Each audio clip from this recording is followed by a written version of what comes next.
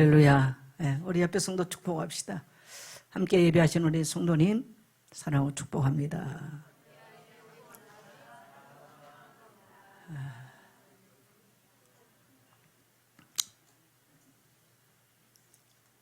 한 번 더 합시다. 성도님, 올해도 잘 됐고 내년에도 잘 됩니다. 아무 걱정하지 마세요.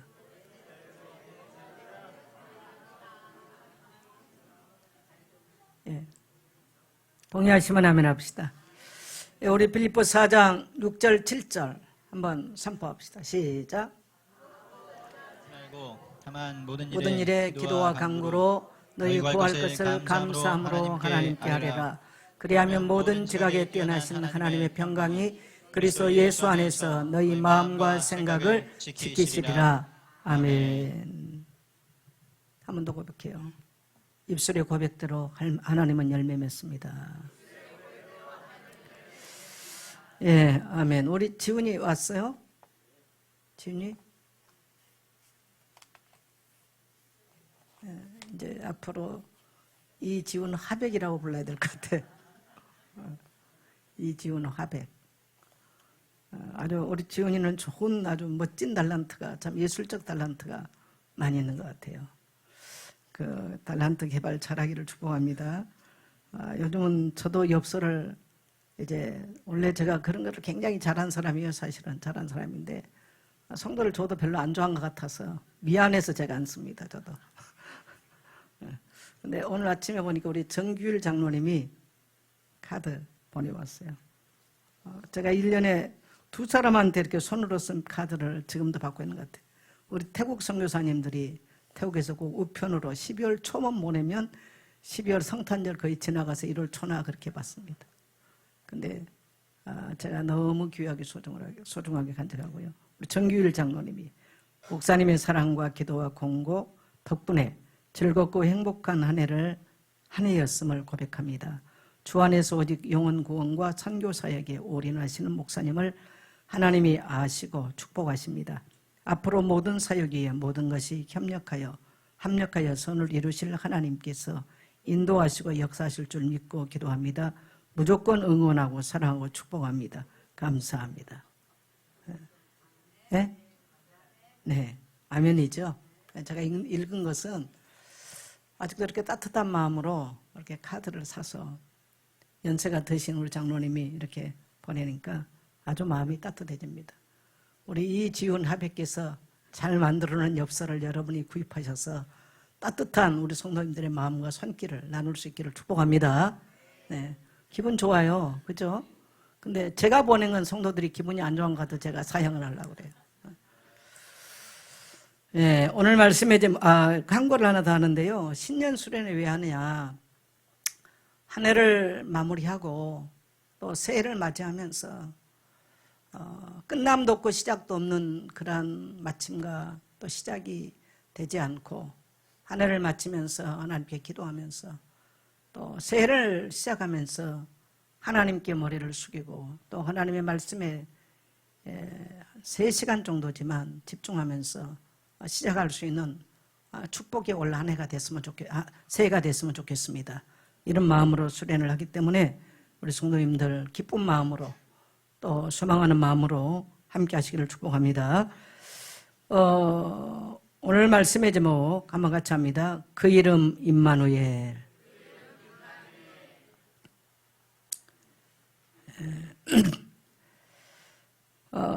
성탄절은 단순하게 우리끼리 축제를 하고 기념일로 지내는 그런 날이 아닙니다. 성탄은 하늘 보좌에 앉아 계신 하나님이 육신을 입고 인간의 역사 속으로 들어오신 사건이에요. 그리고 인간의 시간 속으로 또 작게는 한 개인의 육체 가운데로 직접 들어오셔서 우리 인간 개인의 사건과 국가적 사건과 시대의 상황에 직접 개입하신 사건입니다. 그래서 마태는 이 놀라운 사건을 한 이름으로 요약을 하죠. 한번 따라합시다. 그 이름 임마누엘. 사실 그래서 저는 임마누엘 말을 참 좋아하는데 트라우마가 있어서 제가 잘 안 써요. 아마 제가 설명을 안 해도 아실 겁니다. 제가 안 쓰는데 오늘은 이 기쁜 이 이름을 부르고 되새기면서 그 축복을 온전히 회복할 수 있기를 축복합니다. 성탄절에 있어서 우리가 뺄 수 없는 사건 중에 하나는 성탄 기록 중에 마리아와 요셉에 대한 사건을 뺄 수가 없습니다. 또 천사들의 방문 뺄 수가 없어요. 저는 여러분이 성탄을 맞이하면서 과연 여러분 예수 믿는 게 내게는 뭐였나? 그냥 교회 와서 단순하게 위로받고 싶고 문제를 좀 해결받고 싶은 것이 여러분의 신앙이었는가? 오늘 저는 여러분의 거룩한 영적인 눈이 정말 열려졌으면 좋겠습니다. 예수님의 탄생 기사에는 천사의 방문이 기록되어 있어요.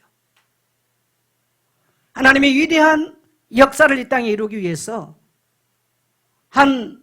그야말로 총각에게, 한 처녀에게 직접 천사가 방문한 사건이 기록되어 있습니다. 그리고 이렇게 말합니다. 너에게 성령으로 잉태되는 일들이 날 것이다. 여러분, 이게 어떻게 가능한 이야기입니까? 지금 마리아는 요셉과 정혼하고 약혼하고 결혼을 정식으로 안 한 그런 관계예요. 여러분, 유대 율법 사회에서는 만일에 처녀가 아이를 가지면 동네 밖으로 끌고 나가서 돌로 쳐 죽이는 시대입니다. 이게 어마어마한 무시무시한 사건이에요. 그런데 천사가 방문해서 바로 이 사실을 말하는 거예요. 정말 이게 수용할 수도 없고 납득할 수도 없는, 이해될 수 없는 사건을 지금 천사가 방문해서 말하는 것이죠. 누가복음 1장에서 38절에서는 주의 말씀대로 이루어지리다 라고 그렇게 고백합니다. 그러면서 이제 하나님의 위대한 성탄의 역사가 시작되죠. 그리고 그럼 마리아는 당사자이기 때문에 그렇다 칩시다.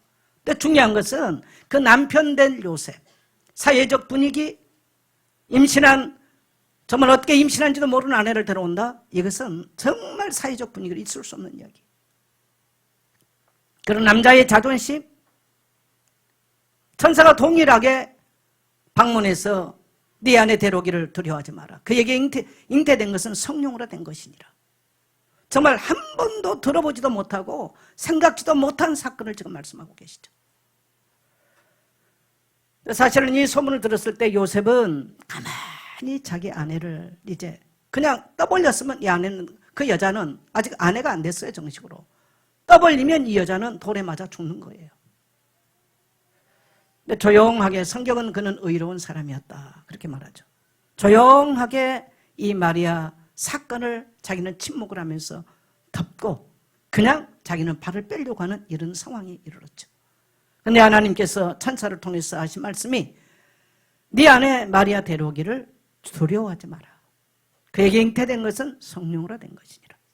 그래서 요셉은 일어나서 그 마리아를 아내로 영접하고, 그리고 이제 베들레헴을 향해서 호적하러 올라가는 그런 사건이 진행되는 거죠. 오늘 또 하나님의 천사 가브리엘은 말도 또 헷갈리네. 지금도 이 땅에 하나님의 구원 계획과 하나님의 좋은 소식을 하나님의 성도들에게 전하고 또 이 세상 가운데 증가하면서 우리가 납득할 수 없는 상황이 있다 할지라도 하나님은 하나님의 일들을 이 땅에 알리면서 지금도 그런 일들을 계속하고 있는 줄 믿습니다. 그래서 오늘 이 천사가 이사야 7장 14절을 인용해서 하신 말씀이 보라, 처녀가 잉태하여 아들을 낳을 것이니 그 이름을 임마누엘이라 하리라. 임마누엘이라고 하는 말은 몇 가지 단어가 합쳐져 있어요. 임마라고 하는 말은 히브리어로 합쳐지다라는 동사입니다. 합쳐지다는 뜻이에요. 동사예요. 누라고 하는 것은 숫자를 말할 때, 복수를 말할 때 누를 써요. 엘은 엘로힘 할 때 하나님을 말하죠. 엘, 하나님이에요. 그러니까 하나님이 우리와 합쳐지다라는 뜻을 가리켜서 임마누엘 그렇습니다. 나는 중국어를 잘 모르는데 중국 가서 들으면 성도들이 임마니엘 그러더라고요. 에? 임마네리? 네리, 임마누리. 나는 뭐 그거 한번 잘 모르겠는데, 그래서 제 듣기로는 단수를 쓸 때는 우리가 임마니엘 그럽니다. 단수예요. 근데 성경은 단수로 쓰지 않아요. 복수로 써요.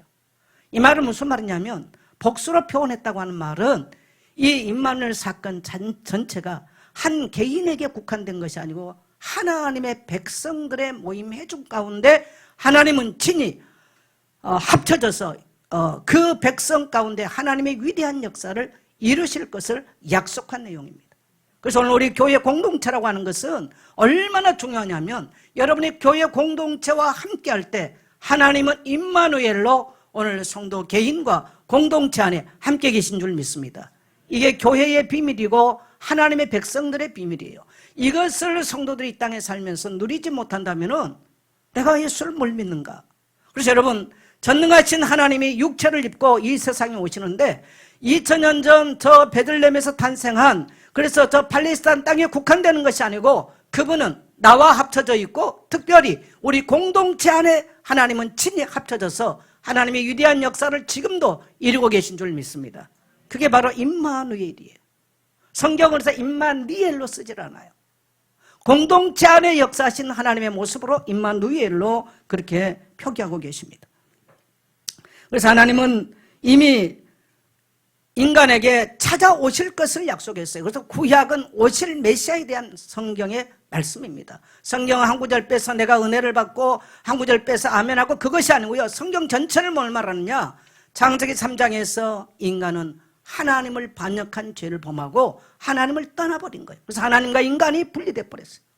그래서 하나님과 원수됐어요. 관계가 단절됐어요. 인간의 여러분 최고의 슬픔이 뭔지 아십니까? 상실감이에요. 이별하는 게 제일 아픈 거예요. 그래서 목사도 목회 오래 하면서 겪는 게 뭐냐? 상실감이 제일 힘들어요. 그래서 저는 고양이나 개 참 좋아하는데 안 키워요. 왜? 상실감 겪고 싶지 않아서. 모든 인간이 겪는 가장, 왜 그러냐면 근본적으로 인간은 하나님을 떠나 이 상실감, 모든 인간의 근본 뿌리 깊이 인간이 갖고 있는 것은 뭐냐면 상실감을 겪고 있어요. 가장 아파하는 것들이. 그래서 하나님은 약속하시기를 창세기 3장 15절에서 여자의 후손이 와서 이 죄에 매여 살도록 지금도 끊임없이 인간을 유혹하는 악한 원수 마귀의 머리를 박살을 내고 하나님은 거기 매여 있는 죄악에 매여 있는 자들로 하여금 자유케 할 것을 약속하시고 찾아오실 것을 약속하셨습니다. 그래서 창세기 15절에 보면 내가 너로 여자와 원수가 되게 하고 내 후손도 여자의 후손과 원수가 되게 하리니 여자의 후손은 내 머리를 상하게 할 것이요 너는 그의 발꿈치를 상하게 할 것이니라.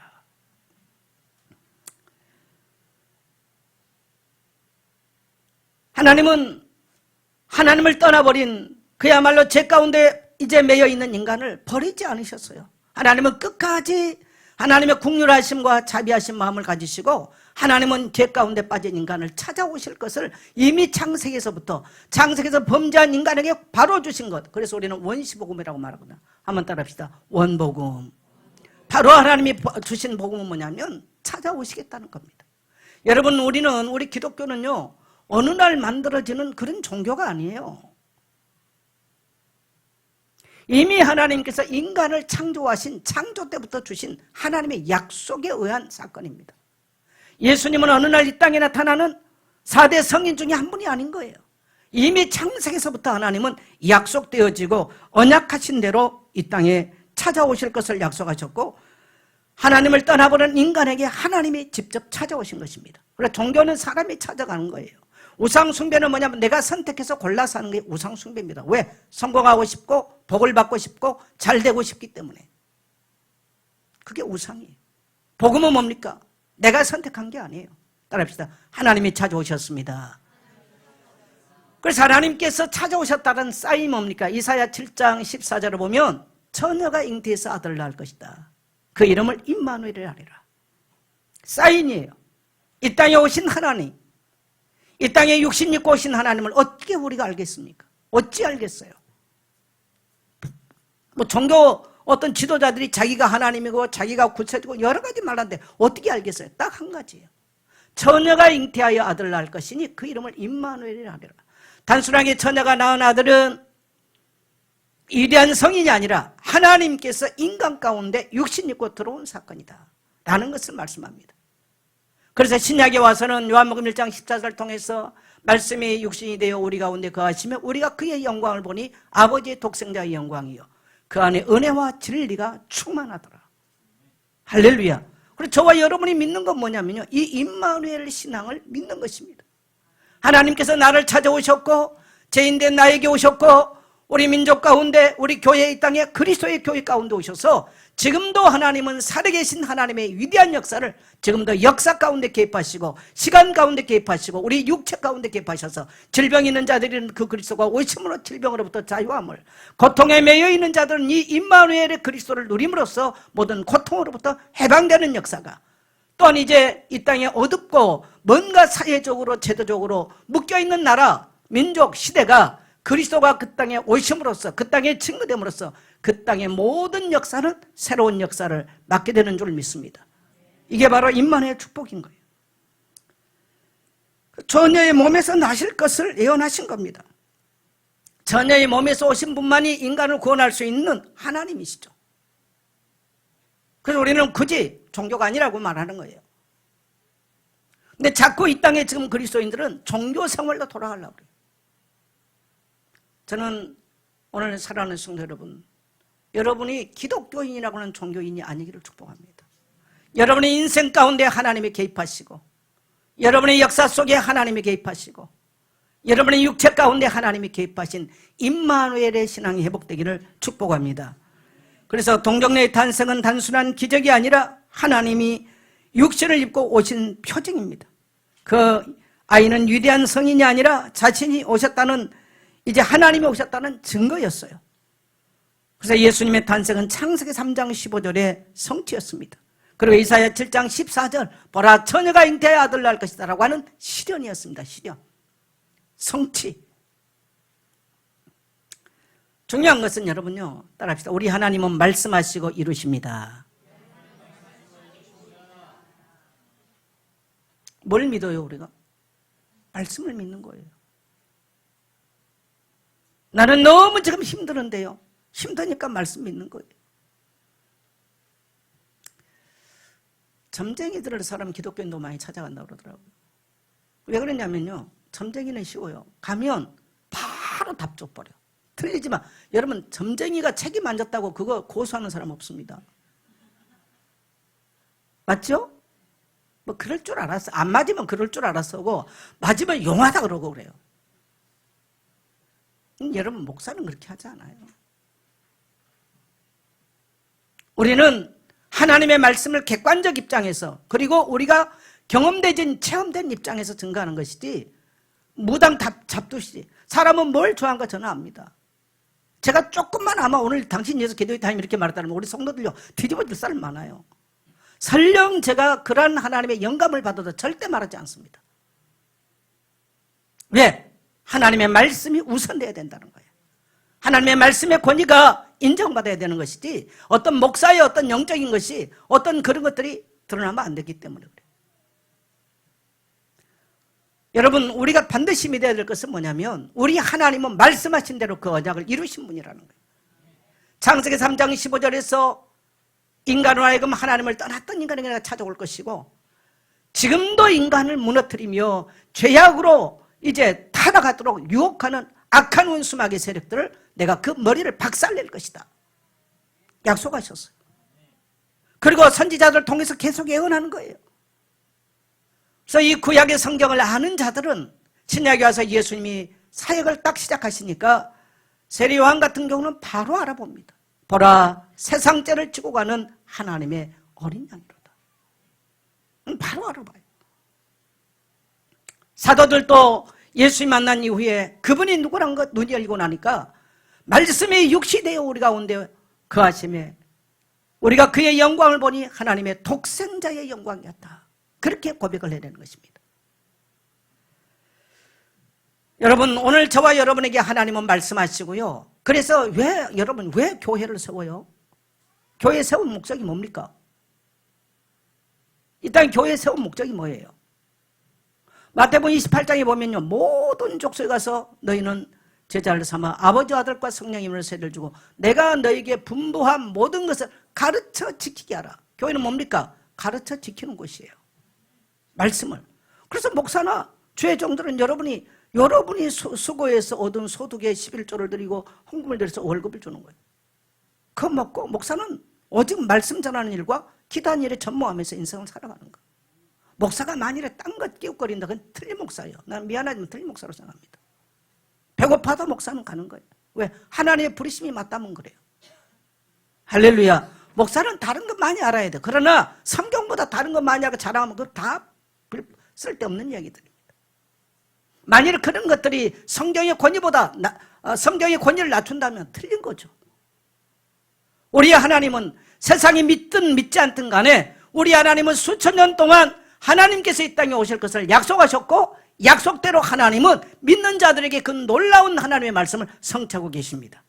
여러분, 지금도 임마누엘 사실을 믿는 자들에게는 지금도 그 말씀이 그대로 살아서 역사하시고 성취하신 줄 믿습니다.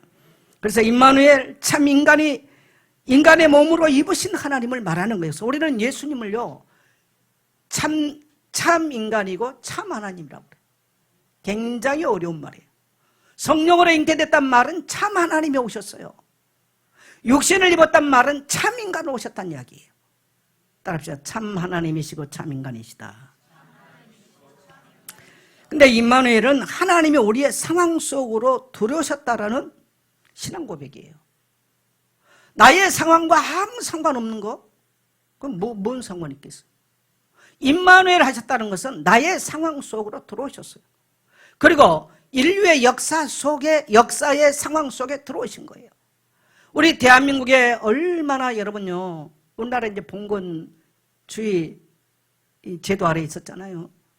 복음이 들어오기 전에, 기독교 들어오기 전에요, 얼마나 어둡고 제도적으로, 사회적으로 가난하고 속박, 우리는 역사적으로 이런 말할 것도 없습니다. 너무너무 고통받은 민족이에요. 고려 40년 동안 고려가 저 원나라에 어마어마한 고통을 받으면서 전쟁, 하여튼 협상의 대가는, 우리 민족은 협상의 대가입니다. 근데요, 30만이 고려에 다 끌려갔어요. 조선에 들어와서 일본의 임진왜란 침략을 받고 30만 이상이 죽었습니다.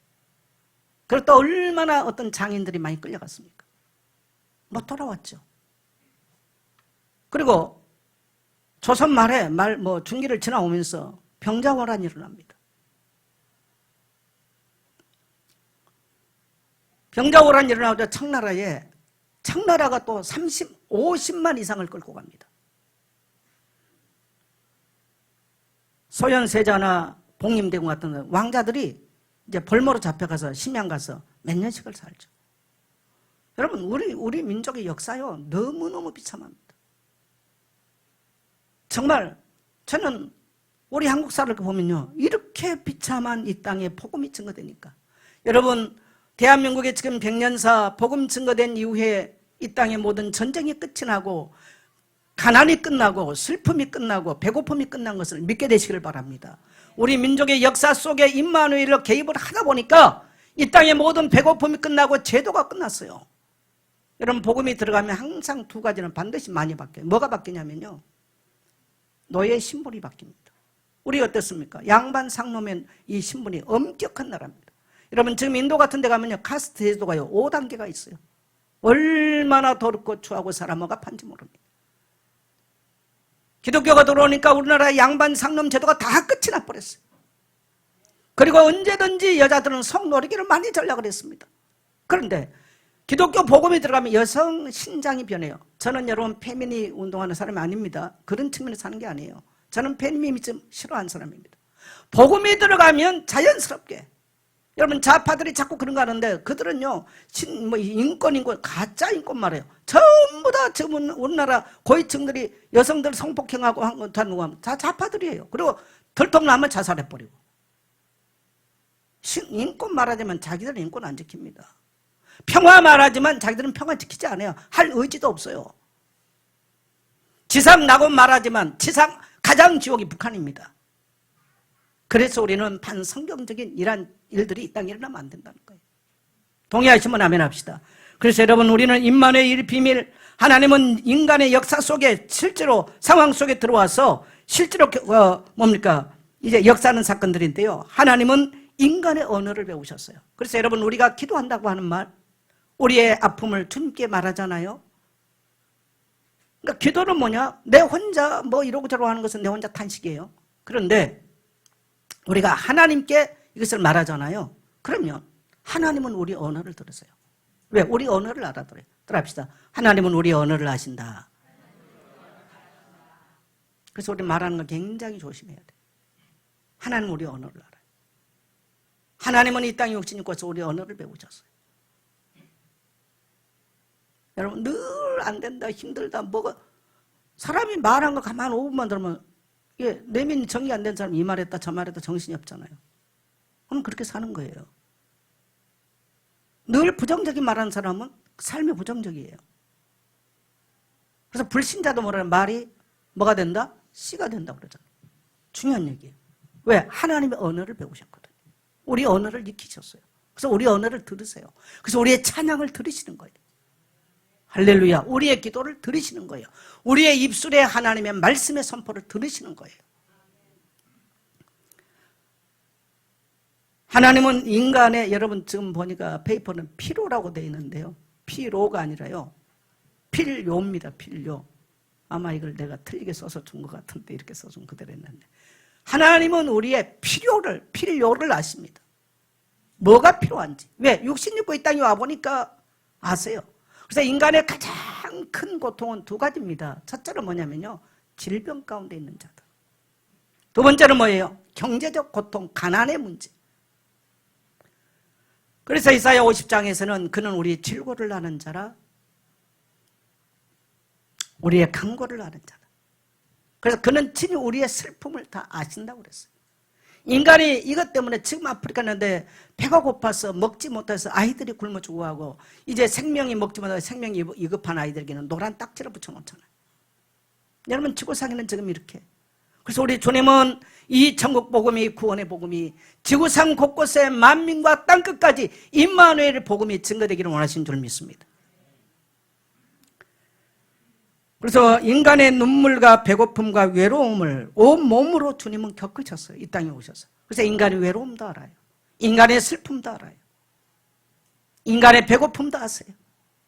우리 주님이 체육을 하셨기 때문에 그렇습니다. 그래서 예수님은 단순하게 어떤 종교의 우리가 추상적, 관념적, 철학적인 이런 개념적 존재가 아니라 친히 육신 입고 이 땅에 오셔서 우리가 걸었던 땅을 함께 거닐었고 우리가 고단한 삶을 살아가는 것을 친히 이 땅에 수고하고 무거운 짐을 지고 가는 인생길을 예수님은 보시고 아시는 분입니다. 따라합시다. 주님은 보시고 아십니다. 자, 왜 예수님은 하나님은 왜 인간이 되셔야 했는가? 히브리서 2장 14절을 보면 자녀들은 혈과 육에 속하였으며 그도 또한 같은 모양으로 혈과 육을 함께 지니심은 죽음을 통하여 죽음의 세력을 잡은 자 곧 마귀를 멸하시며 인간은 일생 동안 죄의 결과로 사망의 세력에게 잡혀 살아요. 돈 벌어도 돈 버는 일 때문에 사망의 세력에 잡히고요. 벌어놓고 타락하면 사망의 세력에 잡히고요. 없으면 없어서 잡히고 인간은 이 땅에서 끝끝내 사망 잡은 자 마귀에게 잡혀 사는 겁니다. 그래서 육신을 얻고 이 땅에 오신 것은 여러분 세상의 지식이 아니고 뭐 대단한 얘기가 아니라 왜 우리에게 성경이 중요하냐면 이 진리의 말씀을 통해서 이 세상에 죄악과 원수에게 잡혀있는 자들을 놓아주기 위함인 줄 믿습니다. 그래서 예수님이 육신이 오신 거예요. 그래서 교회의 가장 가치는 바로 이 사실을 증거하는 것이고 목사의 가장 가치는 바로 이 사실을 증거하기 때문에 가치 있는 것입니다. 할렐루야. 그래서 예수님이 히브리 9장 22절을 보면 필림이 없은즉 죄사함이 없느니라. 예수님은 한마디로 이 땅에 왜 하나님께서 육신을 입고 저 말구육간 가난한 몸으로 오셨느냐.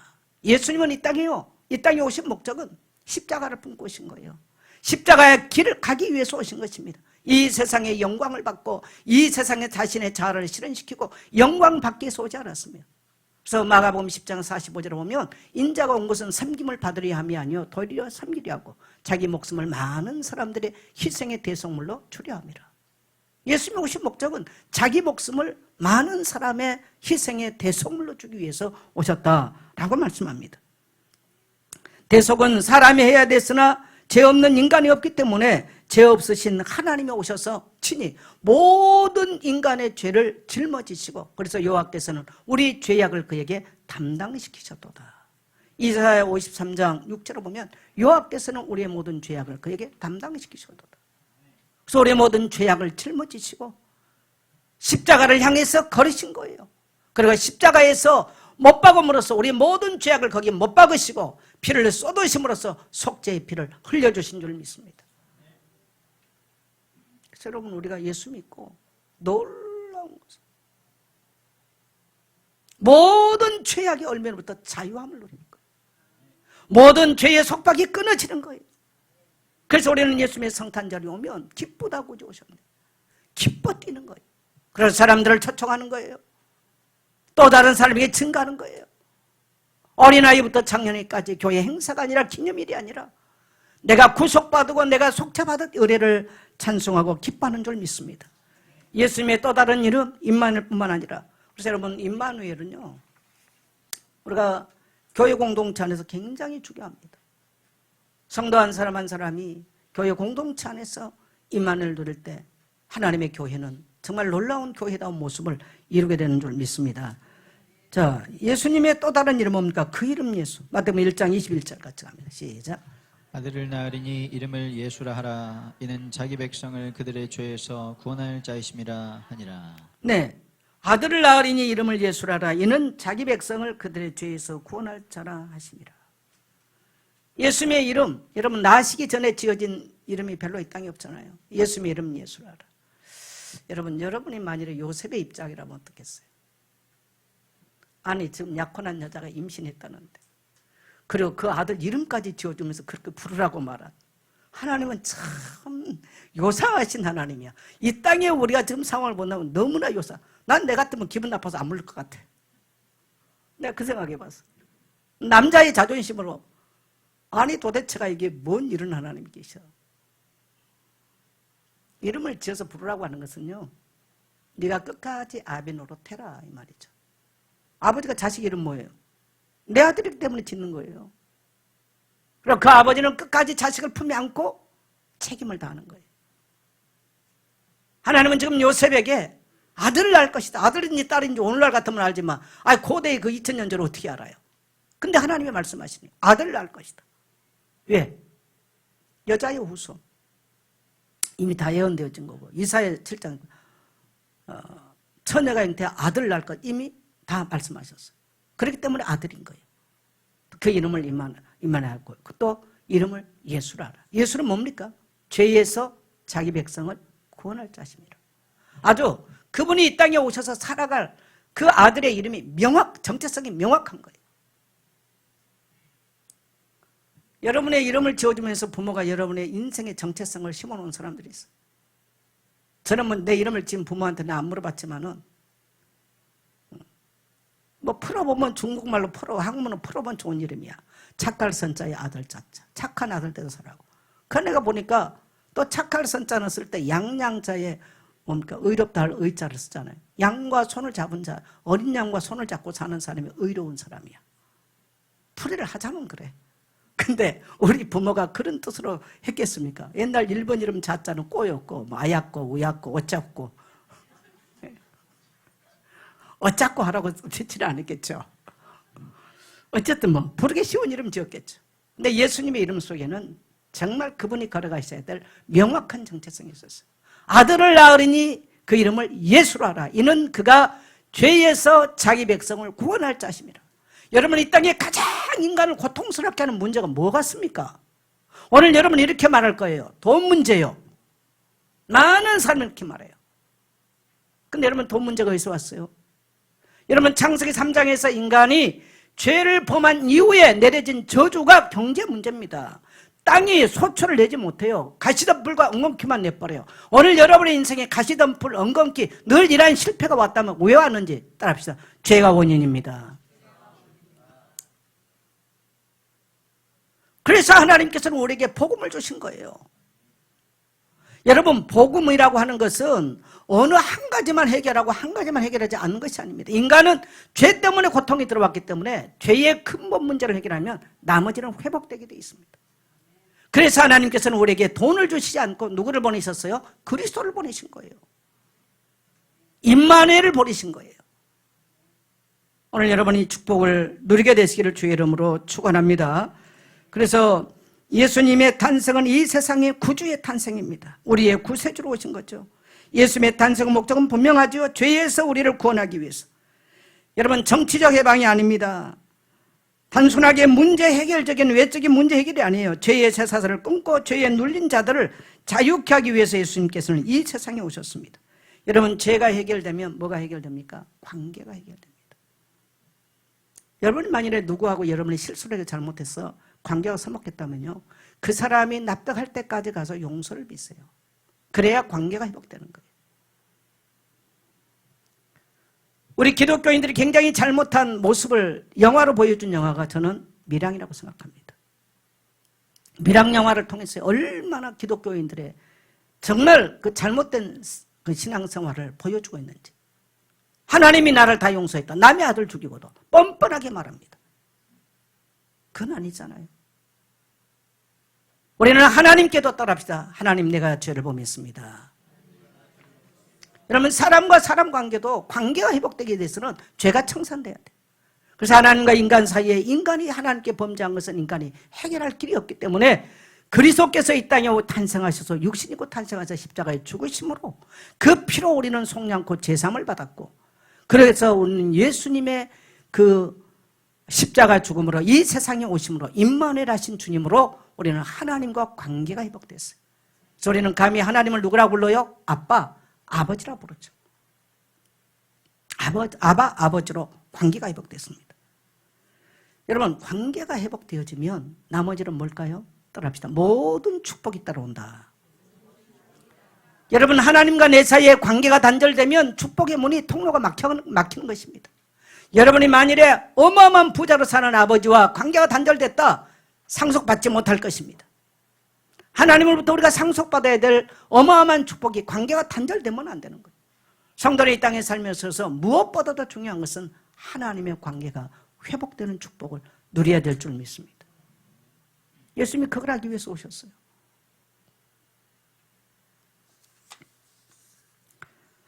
그 다음에 성탄의 축복은 순종의 사람들을 통해서 이 성탄의 기적이 이루어졌습니다. 자, 우리 24절 25절 같이 갑니다. 시작. 요셉이 잠에서 깨어 주의 사자의 분부대로 행하여 그의 아내를 데려왔으나 아들을 낳기까지 동침하지 아니하더니 낳은 아들의 이름을 예수라 하니라. 천사가 하는 말을 지금 이 요셉이 다 받아들였어요. 그리고 그 아내가 아이를 출산할 때까지 기다리면서 잠잠하게 하나님이 하신 일들을 지켜보고 있는 거예요. 정말 성경은 요셉은 의로운 사람이라. 나이는 기록되지 않았습니다만은 그렇게 나이가 많지 않았을 겁니다. 그런데 어떻게 이렇게 신실하게 하나님의 말씀에 하나님이 보시기에 의롭다라고 인정할 만큼 이렇게 된 신앙인이었을까? 하나님이 마리아와 요셉 두 사람을 선택을 했는데 왜 선택했을까요? 왜 했을 것 같아요? 하나님의 기준이 뭐였을 것 같아요? 순종이었겠죠. 의롭게 순종할 수 있는 사람을 기준으로 봤겠죠. 요셉이 지식이 많으니까 예수님을 지식으로 잘 키울 것 같다. 그래서 요셉을 선택한 게 아니에요. 여러분, 그리고 전 굉장히 변방에 있는 사람을 선택했다는 걸 봐야 됩니다. 아니, 하늘에서 오신 하나님이라면 저 궁전의 왕비들을 택하면 시골 일이지 왜 저 변방에 이름 없는 시골 동네에 이름 없는 그런 시골 동네 처녀를 택합니까? 그리고 목수하면서 하루 먹고 살기도 근근한 그런 목수를 택합니까? 완전히 이름 없는 이방 변방, 정말 지식 있고 권력 있고 정말 어마어마한 어떤 힘을 가지고 있는 저 궁전 안에 있는 자들을 택하지 않았어요. 지금도 여러분, 하나님은 하나님의 역사를 이루시는데요, 위대하고 대단하고 뭐 삐까뻔쩍한 동네에서 택하지 않는다는 걸 기억하셔야 돼요. 여러분, 역사적으로도 자, 우리나라 대통령을 주로 다 어디서 났어요? 네? 주로 인물들 어디서 났어요? 시골 동네다 났어요. 다윗의 동네다 났어. 우리나라도 그래요. 그래서 도시화되면 될수록 인물은 날 수 없다고 말합니다. 왜 그러냐? 깊은 사고를 못해요. 도시 속에 사는 사람은 깊은 사고를 못해요. 여러분, 사람은 이 수직 문화가 깊어야 수평 문화도 다스릴 수 있는 거예요. 그건 뭐냐면 사고할 줄 아는 거예요. 겨울에 눈이 내리고 꽁꽁 얼어서 자연이 죽은 것처럼 숨소리가 멈춰버린 어떤 자연을 보면서 그 쓸쓸함 속에서 인간이 사색해 볼 줄 알고 고뇌해 볼 줄 알아야 돼요. 봄이면 모든 것이 녹고 새순이 돋아나고 싹이 나고 꽃이 피는 모습을 보면서 하나님이 얼마나 찬란한가를, 영광스러운가를 우리는 또 보게 돼요. 여름 되면 태양이 내리쳐서 사람들은 덥다고 난리치지만요, 제가 늘 그 사람들 보고 하는 말이 있어요. 하나님이 뭘 만드신다? 곡식 만드신다. 온도를 1도만 내려보세요. 곡식 안 나옵니다. 그래서 하나님이 곡식을 만드신 방법이, 가을 되면 얼마나 아름다운 곡식들이 모여 있습니까? 가을 되면 또 모든 나무들이요, 단풍이 들어요. 그러면서 떠나갈 준비들을 하는 거죠. 그래서 인생을 생각하게 만드는 거예요. 서리가 내리고 눈이 내리고 이런 모습을 보면서 인간은 생각을 하게 돼요. 근데 도시 안에서만 살아보면 인간이 뭐 겨울이 왔는지 뭐 겨울 불 때 하고 뭐 따뜻하게 하고 뭐 원지 뭐 다 있고 여름아 뭐 에어컨 켜 뭐 이렇게 살아. 그러니까 자연에 순응할 줄을 모르는 거예요. 그런 인간이 무슨 감정이 분노가 조절이 되겠습니까? 안 되는 거죠. 그래서 큰 인물이 날 수가 없어. 그래서 마지막 저 강원도하고 저 전라남도 저 신안 같은 데 인물들 많이 나는데 거기도 이제 다 도시화 돼가지고, 그래서 우리 심성 기자님 춘천 아주 시골 출신이잖아. 그래서 중국 15만을 향해서 촌놈들 출세했어요. 촌놈 아니었으면 그것도 못했을 거야, 내가 볼 때.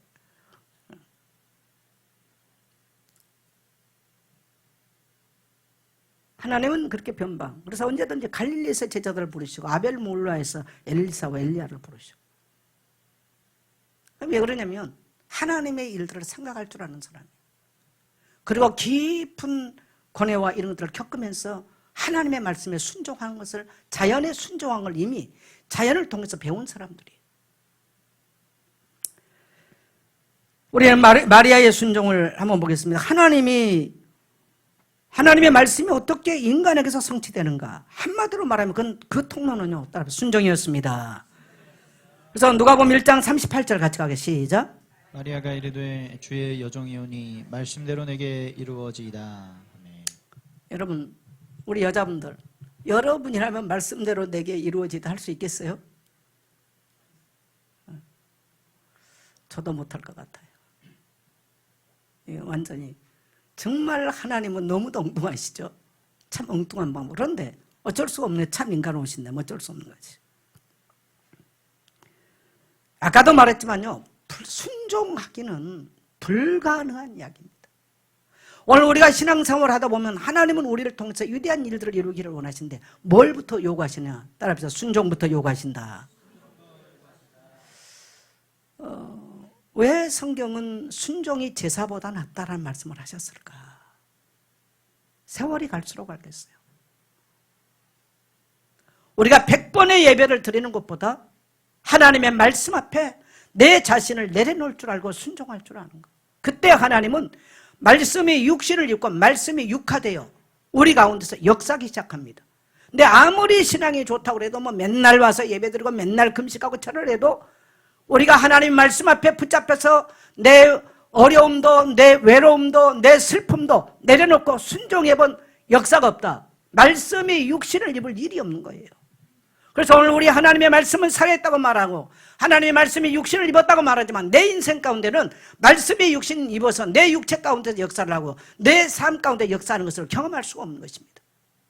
여러분, 오늘 이 말을 통해서 하나님의 말씀이 여러분 인생 가운데 들어와서 역사할 수 있도록 순종의 사람 되시기를 축복합니다. 성찬의 기적은 이 두 남녀가 하나님 앞에, 하나님 말씀 앞에 받아들일 수 없는 순종을 받아들였기 때문에 성찬의 기적이 났습니다. 오늘 또 한 가정 안에, 한 가문 안에, 한 시대 안에 하나님의 말씀 앞에 순종하는 사람들을 통해서 하나님은 지금도 하나님의 위대한 역사를 이뤄가신 줄 믿습니다.